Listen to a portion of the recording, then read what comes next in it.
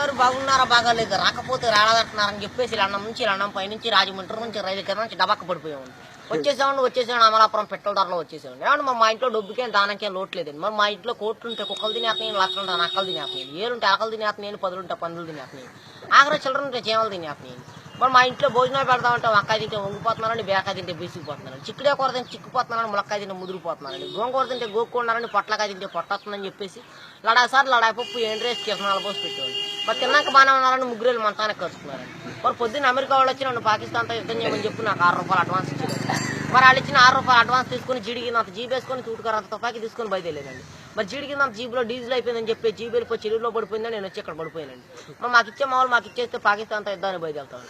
మరి మీకు ఏదైనా ఫ్యాక్టరీ కావాలని చెప్పండి. గుడివాడ గుడ్లు ఫ్యాక్టరీ మాదేనండి, దుబాయ్లో దూదు ఫ్యాక్టరీ మాదేనండి, ఏలూరులో ఎలకల ఫ్యాక్టరీ మాదేని, పామర్లో పందుల ఫ్యాక్టరీ మాదేనండి. మరి మీకు ఏదైనా ఫ్యాక్టరీ కావాలంటే రీఫిల్ లేని పెన్ తెచ్చుకుంటే మొత్తం రాసి చేస్తామండి. మరి మేము ఇల్లు కడదామంటే తాటాకైతే గలగలంటే ఇటుకే తిరిగిపోతుందండి, జమ్మ అయితే జారిపోతుందండి, పెంకైతే పేలిపోతుందండి, నా అయితే నలిగిపోతుందండి. మరి అందుకని చెప్పి మా ఆఫీసులో భలే కలపలు కనిపెట్టారండి. ఏమేమి కలపాలంటే బొబ్బాస్ కలపండి, జిల్లేడు కలపండి, ఉరిగడ్డి వాసాలండి, దొంగ దోలాలండి, చీపురు పుల్ల కిటికీలండి, పైన కోడిపీట ఆపండి.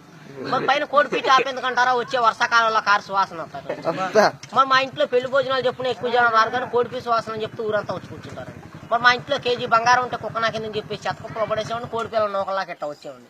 ఏమండి సార్ తప్పుకోండి సార్ మా గన్ను పేలిపోతున్నాను, ముందు 3 కిలోమీటర్లు వెనక్కి 7 కిలోమీటర్లు వెళ్ళి మరి ఆపు చేయమంటారు, మూసేయమంటారు. ఆపు చేస్తే 6,000 మూసేస్తే 3,000 పక్క తప్పితే 10,000. మరి మా గన్నుకు లైసెన్స్ లేదండి, కాలిస్తే కేసు లేదండి. మరి మా గన్నులో ఇప్పుడు బుల్లెట్లు పెడితే అర్ధరాత్రి 12 గంటల పేలితే